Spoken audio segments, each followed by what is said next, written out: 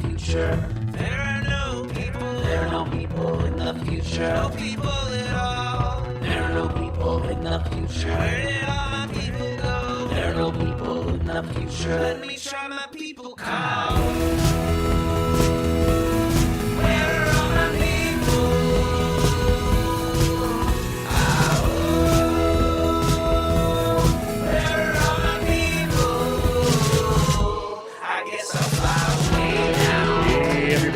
Everybody, welcome. Yes, it is Monday, July 24th, 2023. Welcome to Raging Chicken's Out to Coop Live. This is Kev Mahoney, editor and founder of Raging Chicken. On Out to Coop Live, we talk to progressives, activists, and troublemakers of all sorts. Yep, from our own backyard and from across the country. You can join us at the end of the week, too, for our Friday Politics Roundup, where we break down the good, the bad, and the ugly in state and national politics. And you can get all our shows by subscribing to our podcast on Podbean, iTunes, Spotify, or wherever you get your podcast. And you can help support this show by becoming a patron for as little as $5 a month. Head on over to patreon.com/rcpress. And you can help out the show by heading over to our YouTube channel if you're not there already. Smash that subscribe button, like the stream for this show, and hit that notification bell so you know every time that we go live. And if you're one of our awesome podcast listeners, make sure to leave us a 5-star review on whatever platform you listen on. And leave a comment to let other folks know why you like the show. Little things like this help other people find the show. And for more PA progressive talk, tune into the Rick Smith Show's live stream at 9 p.m. Eastern on his YouTube channel, Twitter, Facebook. Subscribe to his podcast wherever you get your podcast. Check out the ricksmithshow.com, the voice of the working class, for the latest across all his platforms. And you got to check out the Sisters of the Night Caucus podcast if you haven't already. The amazing PA women stirring the political cauldron behind this podcast rock the house. And they know where the bodies are buried. Make sure to follow them on Twitter at The Night Caucus. That's at The Night Caucus on Twitter. And subscribe to their podcast on Anchor, Spotify, iTunes, or wherever you get your podcast. And if you haven't heard, The Signal is a new podcast by the Bucks County Beacon. The Signal is hosted by the Beacon's editor-in-chief, Cyril Michaleko, and produced by yours truly. Twice a month, The Signal will shine a light on right-wing extremist currents streaming through Bucks County and beyond. Cyril invites guests who can provide insight, analysis, and organizing solutions so we can steer the community toward calmer, saner, progressive roots. Check them out on the buckscountybeacon.podbean.com or wherever you get your podcasts. And check out all their great work at thebuckscountybeacon.org. And for all you gamers out there, The Game Inn, that's with 2 N's, The Game Inn is a Quakertown-based black family-owned gaming store. They're friends of the show, and they've got everything for retro N64s, the latest consoles, video games for all platforms, collectibles, action figures, Funko Pops, walls of Funko Pops. Check them out on their Facebook page and follow them on Twitter at The Game Inn, that's with 2 N's. If you've got a question about a game, look for something hard to get, shoot them a message or drop them an email at thegameinpa@gmail.com. And a shout out goes to Jonathan Mann, who wrote our intro song, There Are No People in the Future. Check out all his great stuff on his YouTube page and follow him on Twitter at SongAdayMan, 2 N's, at SongAdayMan on Twitter. And we can't let Paul Martino, Moms for Liberty, and their oligarch friends buy our schools and push extremist politics in our community. Raging Chicken has teamed up with Levelfield to launch a truly community-rooted PAC to invest in organizing, supporting local and statewide progressive candidates, and unmasking toxic organizations that inject our communities with right-wing extremism. We're putting small-dollar donations to work to beat back the power of big money. You can get more information and drop your donation at ragingchicken.levelfield.net. Yes, well, on today's show, I am absolutely thrilled, to welcome Alexandra Bradbury to the show. Al is the editor of Labor Notes, the media and organizing project amplifying the work of union activists, putting the movement back into the labor movement. We'll be talking about her new article, UPS Teamsters Just Practicing?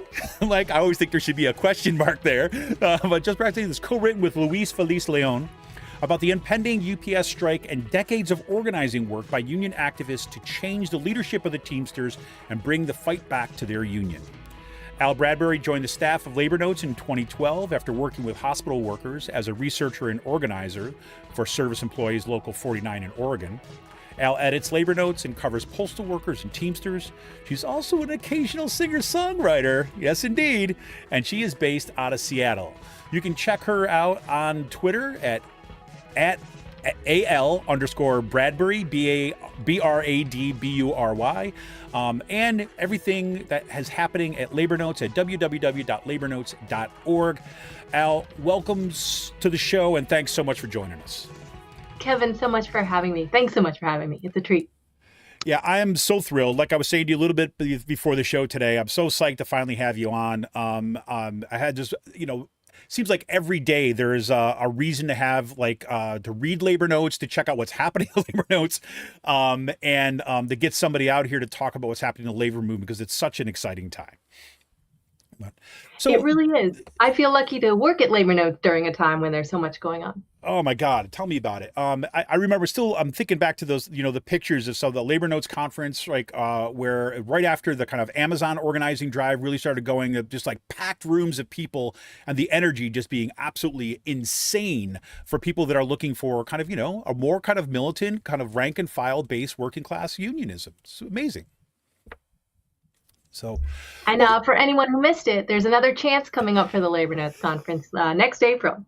Next April. 19th to 21st. Mark your calendars now. Yeah, there you go. We will make sure to put a link to in the show notes, and we'll be definitely going to be promoting that as we get closer to it. But if you haven't been to a Labor Notes conference, you really should check it out. It's absolutely fantastic. All their kind of organizing institutes, the different workshops that they hold. You've got a workshop that's coming up soon about saying, hey, your union broke your heart. Guess what? I think that's tomorrow night, isn't it? That's tomorrow night. I believe that's right. Yeah, very good. So links for all that will be in tonight's show notes. Well, listen, Al, before we jump into your article and the UPS strike in particular, for those folks who might not be familiar with the work that Labor Notes does and the work that you're doing here, and the specific focus that you have in your journalism over there, can you talk a little bit about Labor Notes and kind of as an organization and what you kind of tend to cover in your... Labor Notes has been around since 1979. And got started really around that idea of what do you do when your union breaks your heart. There were, at that time, rank and file movements for greater militancy and greater democracy in their unions in several of the major unions, in the Teamsters, in the mine workers, in the auto workers, in the steel workers. Members who were pushing for a more democratic union, for a more militant union, to fight for more. This, of course, was before the internet, but the people who started Labor Notes as a monthly newsletter wanted to create a sense that those people together were part of a bigger movement, a current in the labor movement, not only within their own union, but sort of a cross-union movement for a different kind of union movement. And so Labor Notes was born as a monthly magazine, and we continue to publish a monthly magazine in print. Of course, we also publish online as well. We do lots of reporting, and we both cover news in labor, but also how to. So I think often you'll read stories in Labor Notes that you might not read anywhere else, or a different kind of coverage in Labor Notes than you'll see anywhere else, because we're thinking about an audience of fellow workers, union activists, workplace activists who may not be in a union.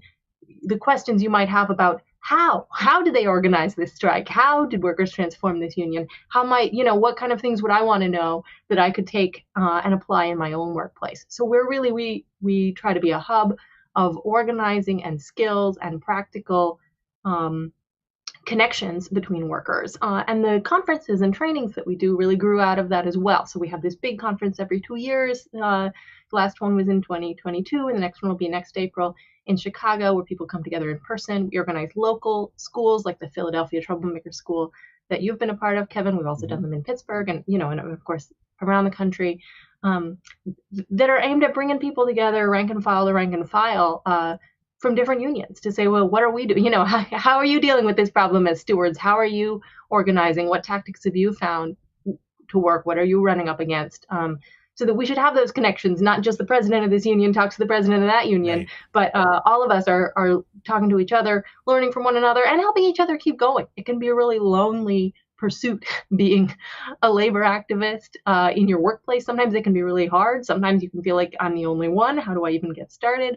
So connecting with one another to keep each other going, to strengthen our work, to inspire each other, to buoy each other up. And that's what Labor Notes is about. We have books, we have T-shirts, we have lots awesome of online t-shirts. workshops now.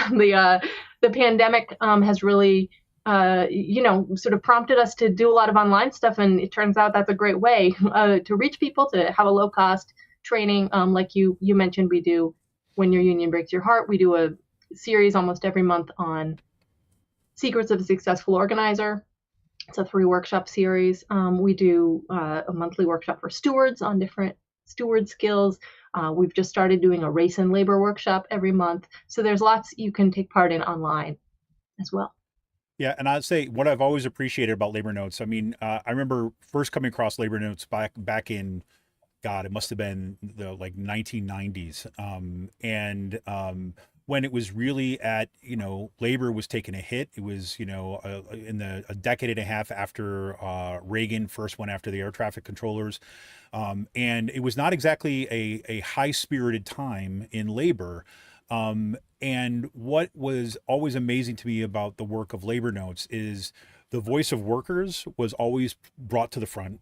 And the real, like, the difficult, knotty discussions that need to happen to build a strong movement were always highlighted. And, to the point where sometimes Labor Notes was not exactly, given the front table at the, the international union, movements. But in the best way possible, right? It's like the whole idea, if like we really truly believe that, we are the union, not the, the people who are representatives at the top, but workers bound together to form a union in order to kind of have that sense of collective power.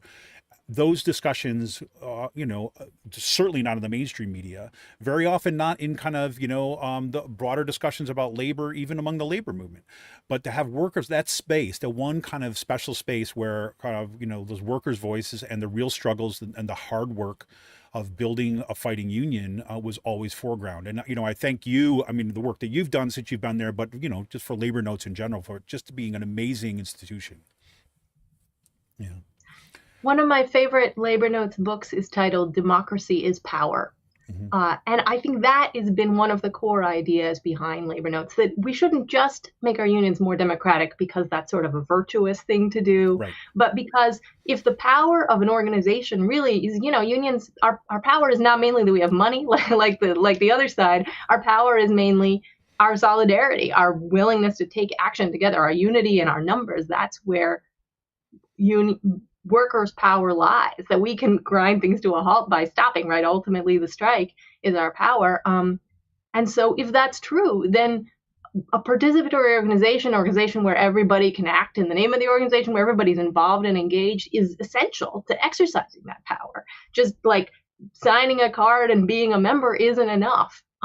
Democracy is an essential ingredient to maximize that power. And I think that the potential strike, the contract campaign we're seeing at among the Teamsters at UPS is a great example of that. And the movement that led to it, the many-year movement that got us to this point, really illustrates why that is true.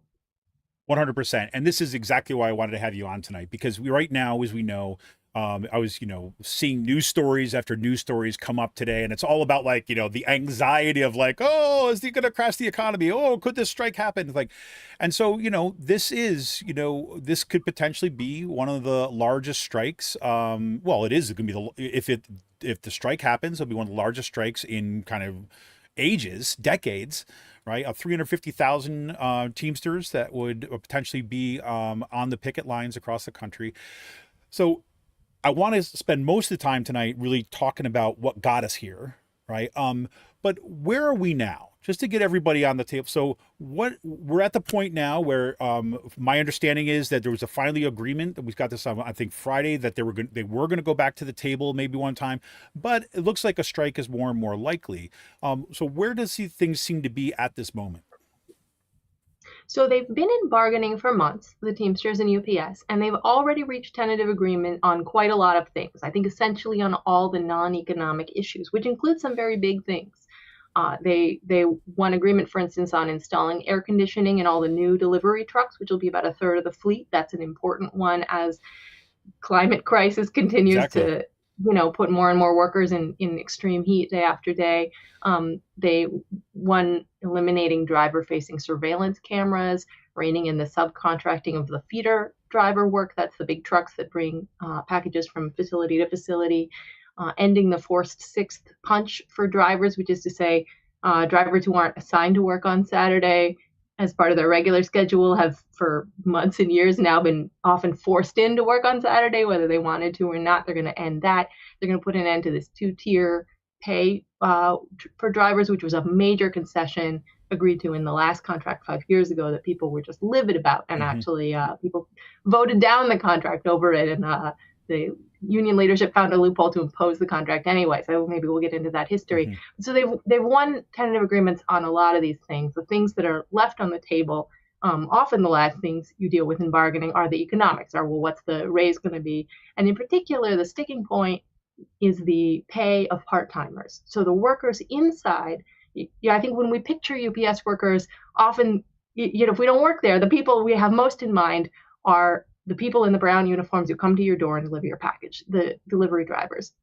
But something like 60% of the workforce is people you never do see who work inside in warehouses and hubs, who are unloading the trucks, who are loading up the smaller trucks, who are sorting the packages and putting them on conveyor belts and diverting them along conveyor belts. And those workers are overwhelmingly part-time. Many people who would like a full-time job, but they're kept at these 3.5-hour shifts that the company has found convenient, and their starting wage around the country is $15.50 an hour. In some areas, there's a market rate adjustment that UPS can take away or add at will to be able to hire, because as you can imagine, it's hard to hire people for these really grueling jobs at $15.50.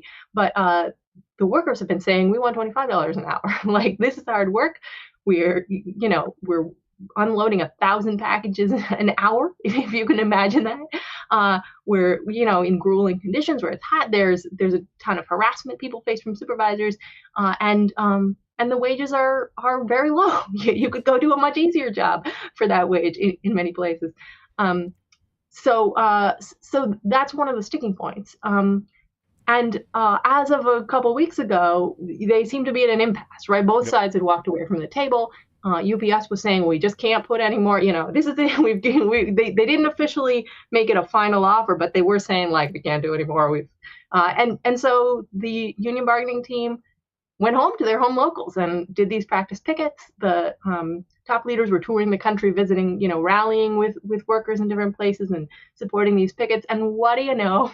UPS last week came back and said, I think we can come up with some more money. It's funny how that worked. We couldn't, but now we turned over the cushions on the sofa. We found some more. Like, let's come back and meet again. Yeah, underneath the sofa cushions, we found another, a few $100 million like us lying around, right? Yeah. Carol Tomei's pocket money, the CEO, who earned $27.6 million last year, by the way. 548 times what the median worker is getting. So she might have a little bit in her back pocket. Indeed. So, but as we so often see happens, right? They said they just couldn't do anymore. It wasn't possible. But when they see the power workers have, they're like, okay. So this week, UPS and the union bargaining team are back at the table. Two things could happen. Either they reach a deal in time. And we have a week left until the deadline.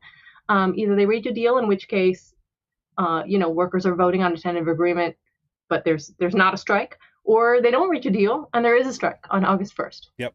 And what I think this was such a key moment for me. They say, like, well, look, we're not just going to say, well, we're negotiating and we'll see if we're still working. No, here's our deadline, right? There's plenty of time. We've been talking now for months. Here's the deadline. We can come up with a deal or not, right?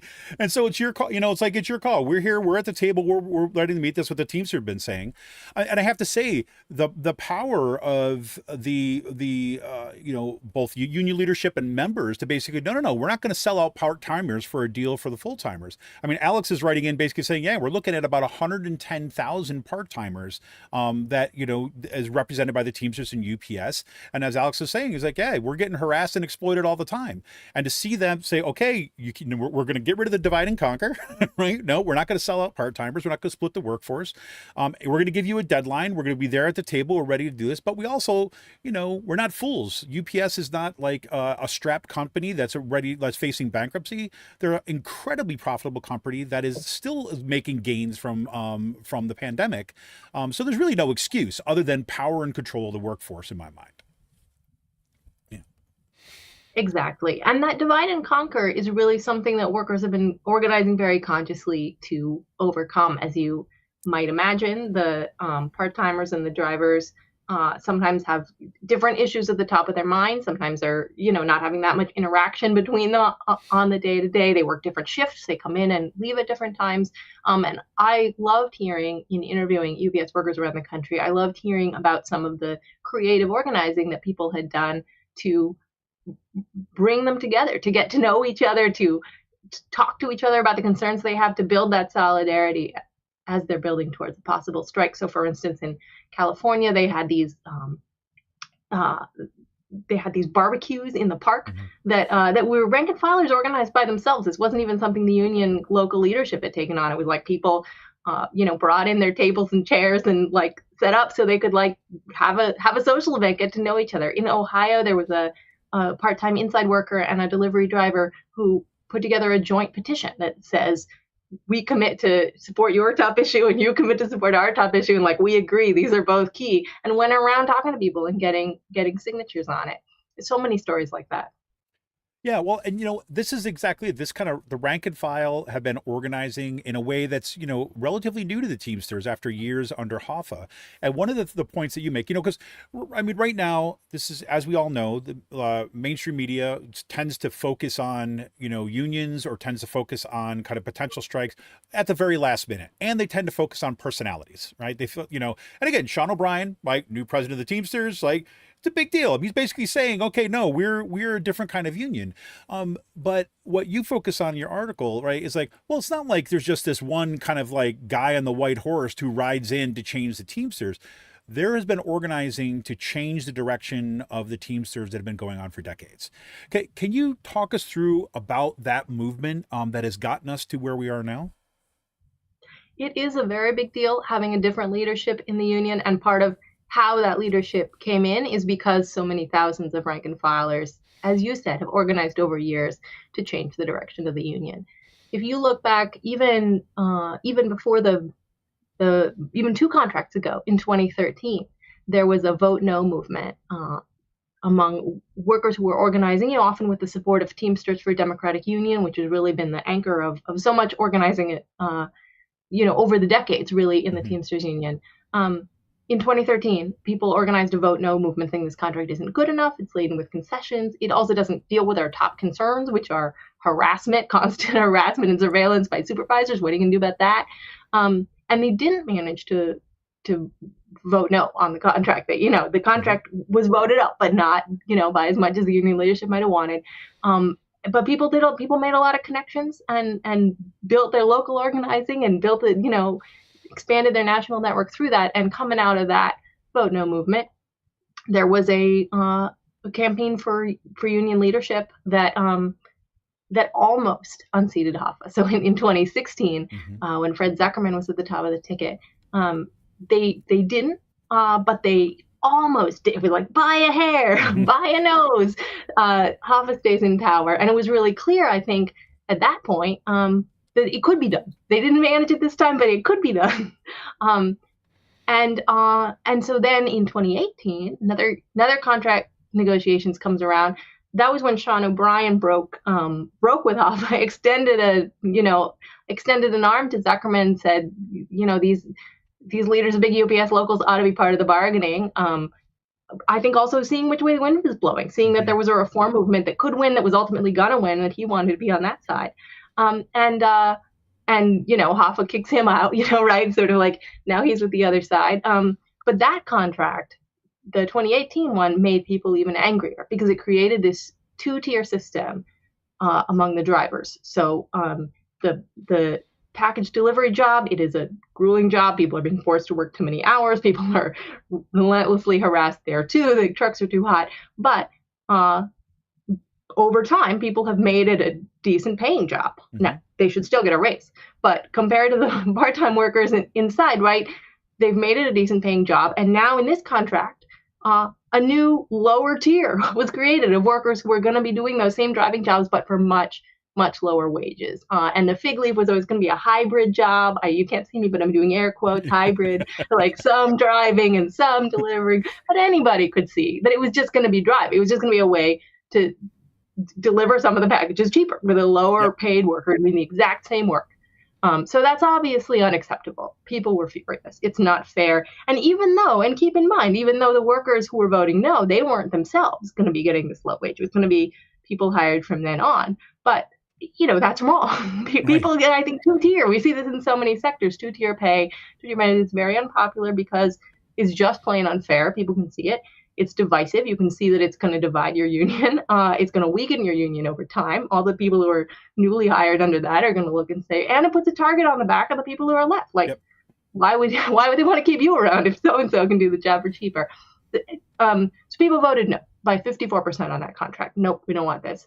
And the union leadership under Hoffa imposed the contract anyway.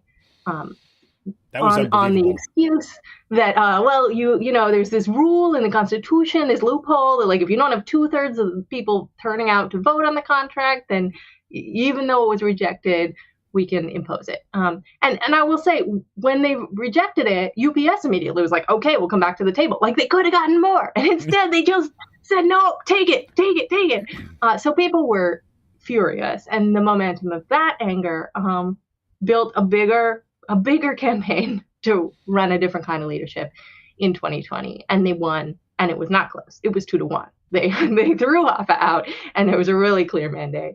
And I think throughout the campaign, Sean O'Brien was saying, we're going to strike UPS if we have to. We're not afraid to. He's continued to say that. Like, that was clearly part of what people were organizing for and were voting for.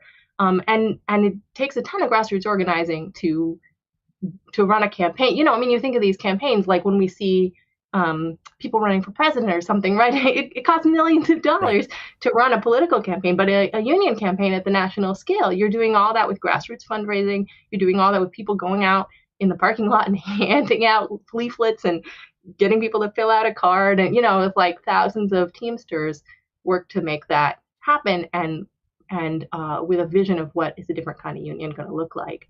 And it was clear to everybody was talking about it from then, that, like, we were looking ahead to this moment 3 years hence, that, like, what does this mean? We have to be ready to strike UPS the next time. We have to come about it very differently. Yeah, Until to recently, sorry, go ahead. I was just going to say, last, I'll let you get a word in edgewise, Kevin. No, please, you're here for this reason. Something that one of the workers I spoke with, I thought put it so well. He said, like, until recently, the company has used the strike as a weapon against us, as a threat, to scare us. If you don't accept this contract, you're going to have to go on strike. And what we're doing now is using the strike as a weapon against them, and what a tool that is. And that's what a strike should be. But it takes a lot of organizing to get you there.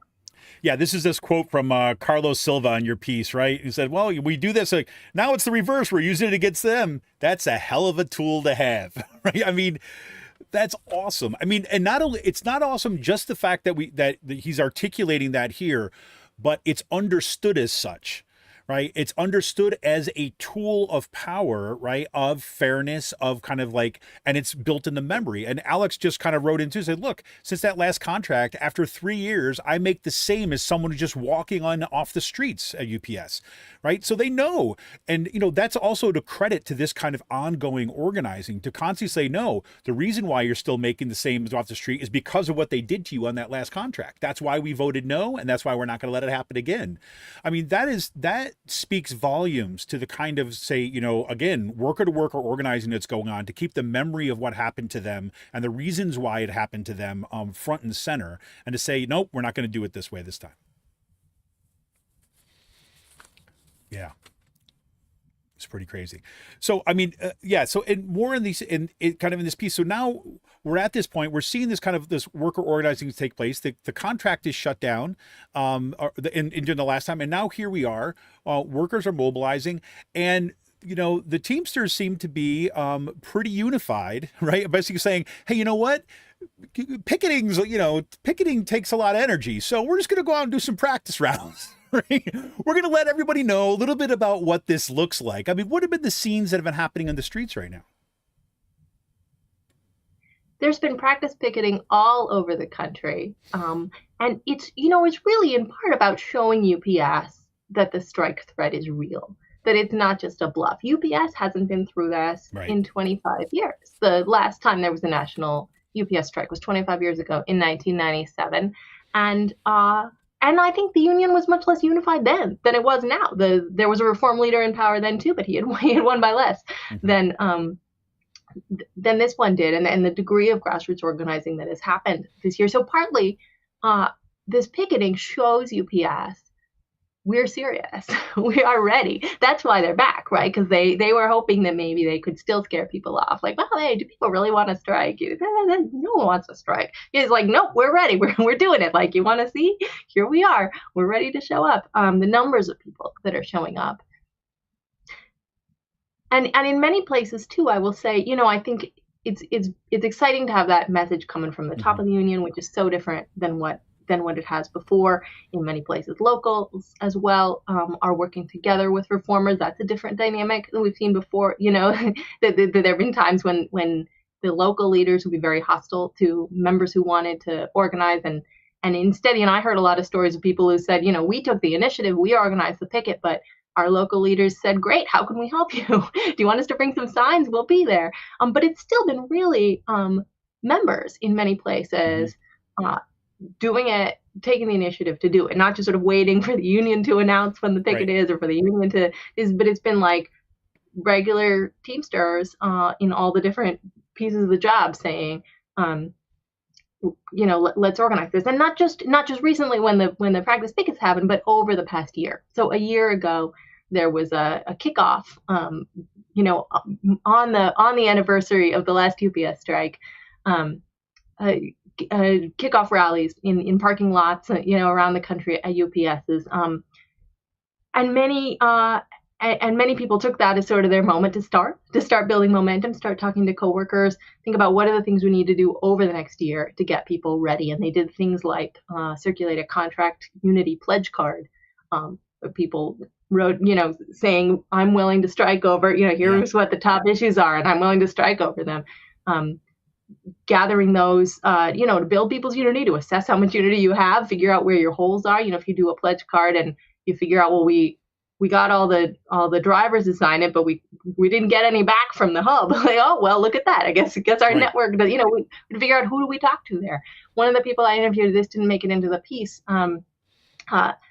She talked about how they got 700 of the pledge cards, and she was like, we thought that was pretty good at the time, but by the time we had the strike authorization vote, we got 1,025 people voting in the strike authorization vote, and that had shown that our organizing had grown. And I was like, wow, that is quite a bump up. How did you do it? And she said, well, our core organizing group, it was a few of us feeder drivers and a delivery driver, but we didn't have the people who work in the hub, and it's I go in there, I use the bathroom, I eat my lunch, but I don't know those people. We realized what we needed was to get the stewards in the hub involved, and they were the ones really who were going to be able to talk to their coworkers and get people involved and get people through their fears. I mean, it's been a long time. It's been a quarter century since the strike.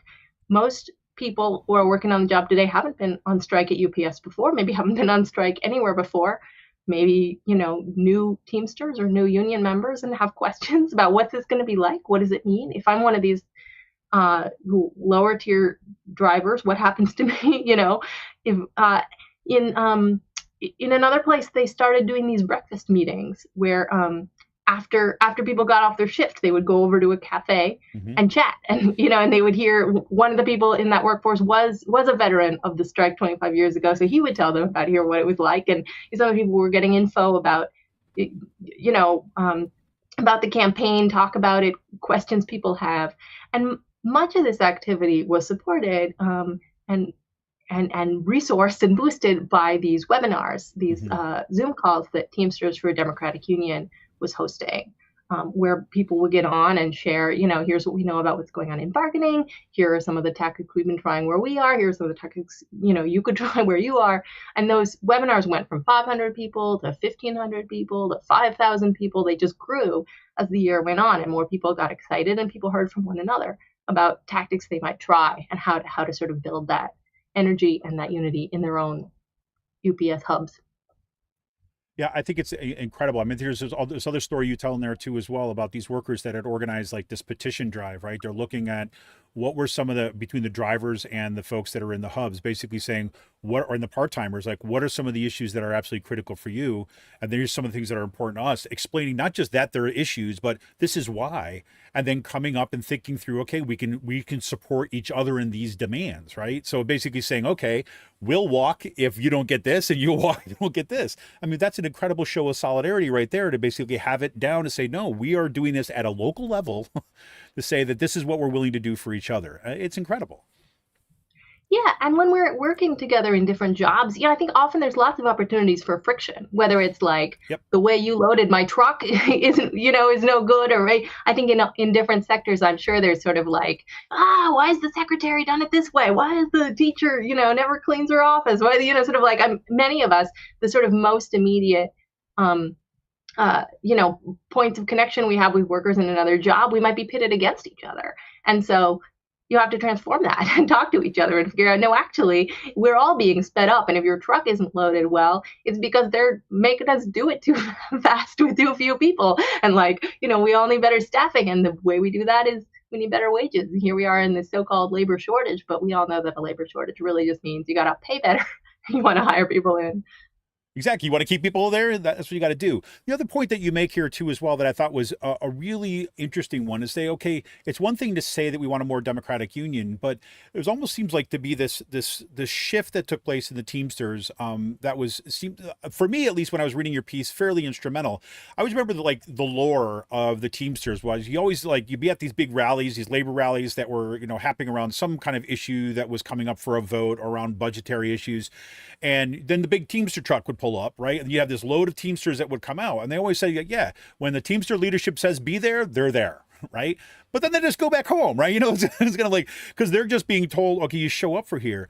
And in the piece, you make the sense that, well, there was the tools were shifted from the kind of center to the periphery, right? To the locals, basically saying, okay, now we're going to give you the tools, the support, right? All this stuff to do this, but you're going to do the organizing. It's kind of like you're going to be empowered to do this, and then you're going to do this. And it seems to be that that's kind of one of these, I don't want to call it a secret, but that's one of these kind of key moments of saying that's where your power is built, right?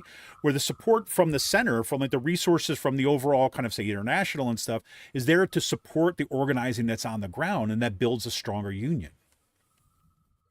That's right. There's no way, even with the best ideas at the top of the union, you can't just implement a program from the top. It just isn't possible.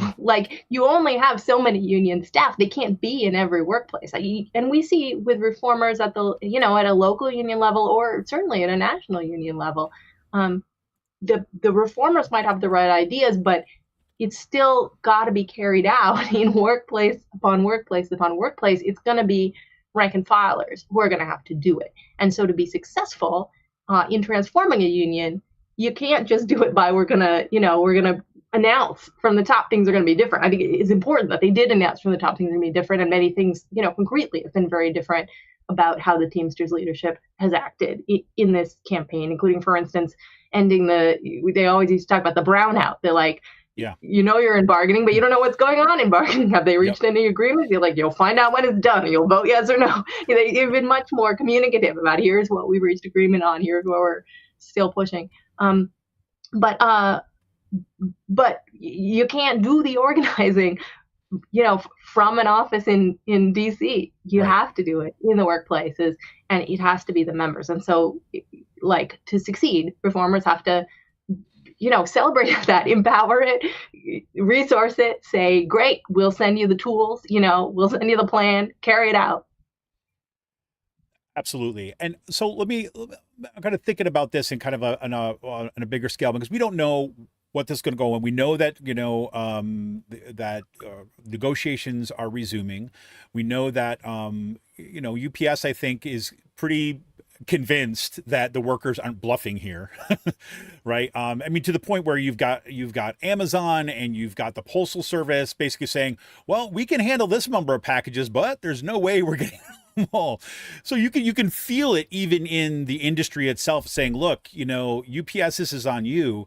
And I think that's all to the credit of, the workers and the organizing has taken place.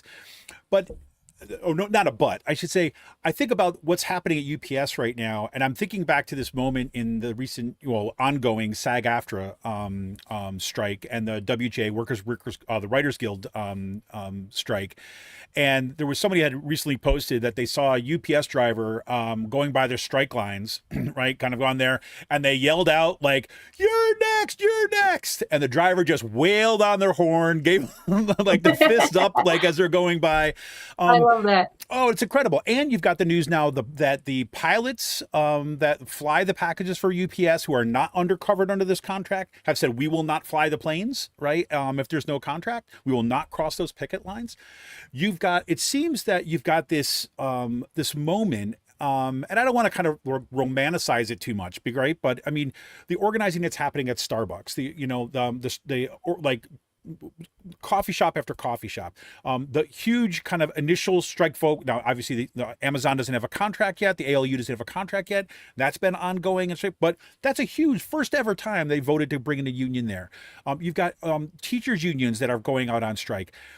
It seems right now that this is kind of like, whatever, not to sound too much like the kids do these days, but like a hot union summer here, right? I mean, from the perspective of someone kind of who's, writing about this and following what's happening in the labor movement, how much do you feel that these kinds of strikes and these movements are kind of reinforcing and kind of lending energy to each other? To a great degree. To a great degree, they are reinforcing and lending energy to each other. I think you put your finger on exactly what's so exciting about this moment. And in part, we're all responding to some of the same conditions. Mm-hmm. The pandemic really has made clearer than ever how much the rich don't care about the rest of us and are willing to put our lives at risk so they can increase their profits.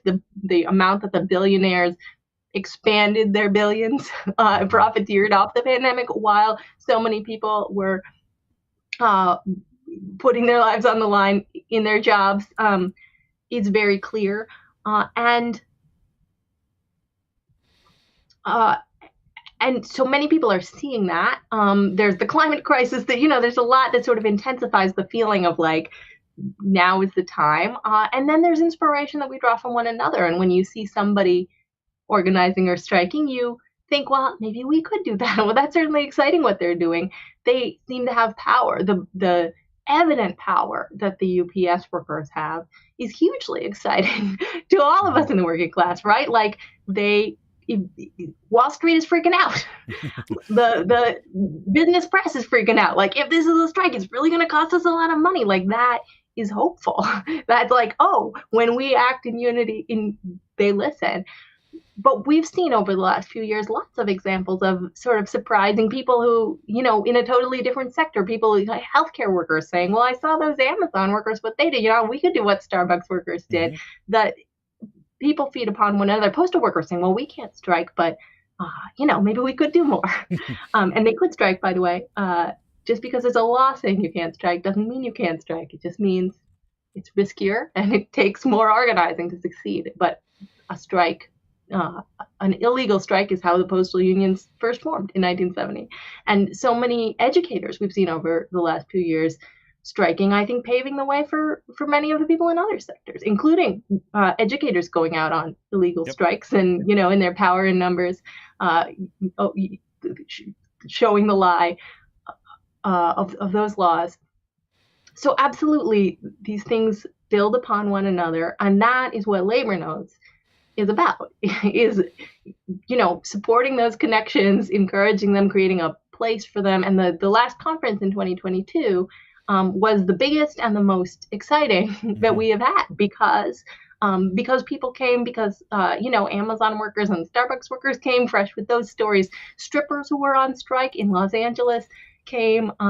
Teamsters were there talking about the transformation they're making in their union.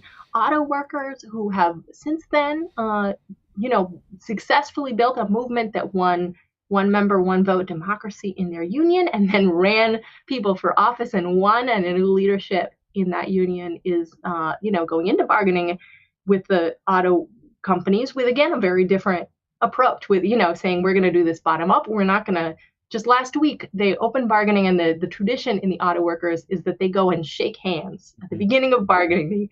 The union leader and the CEOs shake hands to show we're going into bargaining. The new leadership said, no, we're not going to do that. We're not going to shake hands with those guys until we've worked over a deal for our members. And instead, we're going to go out and spend the day shaking hands with members at the workplace and hearing from people about what their top issues are. They've got a terrible two-tier or really multi-tier system in the auto plants, and certainly seeing what UPS workers come out of this with is going to be a big deal for them in building that momentum for that bargaining this fall. 100%. Well, look, I know that you're all going to be following this. I think that we're all going to be following this now. This is incredibly like this inspiring moment, and and all power to the decades of work that got us to where we are right now, and the lessons that we can learn from this strike. And if there is a strike, and if we get to this point, we are going to need to be out there on the picket lines in support of our Teamsters brothers and sisters, to make you say that, look, we will be there for you, right? We will be there, and we're in support. We're not going to be part of the divide and conquer strategy that's saying the customers aren't going to get their packages. No, we're going to say that's where we're with them, because you know what? They're the ones who bring us the packages, not the CEO making billions of dollars up there in the corporate headquarters. Well, listen, make sure that everybody you check out Labor Notes. It's labornotes.org. You can follow Alexandra Bradbury on Twitter at @AL_Bradbury, BRADBURY. But, head on over to Labor Notes and check out all their stuff going on. Hit their events, click on the events tab. You can check out the save the date notice, right? April 19th through April 19th, 2024 to April 21st, 2024. That will be in Chicago. Who doesn't want to be in Chicago? Come on, get out there. That's coming up here. Check out the workshop series that you can get online, or things that may be coming to a town near you. And look, you get the chance, hit that subscribe button at the top of their page, right? Subscribe to Labor Notes, support Labor Notes, because they are the folks that have been there, like you said, since 1979, covering the kind of on the ground daily, the grind of organizing to bring apart a powerful, more militant, more democratic kind of working class movement, really. So thank you for all the works you do, Al. Thanks so much for having me, Kevin. It's been a pleasure. Solidarity. All right, everybody. This is Kevin Mahoney, editor and founder of Raging Chicken. Want to remind you can help support this show. You can help support this program by heading over to patreon.com/rcpress. You can have a patron for as little as $5 a month. And if you're watching us on YouTube, give us that little like, give us that little subscribe. Let other people know how you found the show, why you like the show.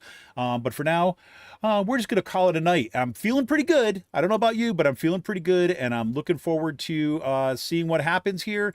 The August 1st is strike date, midnight, right? Midnight. Well, I guess it's July 30th, right? Or is it the 31st? I forget. How many days in July? 31st. Right. So the deadline is the 31st. The strike would begin August 1st. August 1st, right? So the deadline is July 31st. Everyone keep an eye on that. We'll be following it here at Raging Chicken. And do check out Labor Notes. Al, thanks so much. Thank you for your work, and have a great evening. You too. All right, this is Kevin Mahoney, creator and founder of Raging Chicken. We're getting out of here, everybody. Yes, this is the time we say goodnight to you. We look forward to the organizing of the week ahead. We'll see you on Friday for the Friday Politics Roundup, and keep an eye out for our guest for next week. I'll let you know. See ya!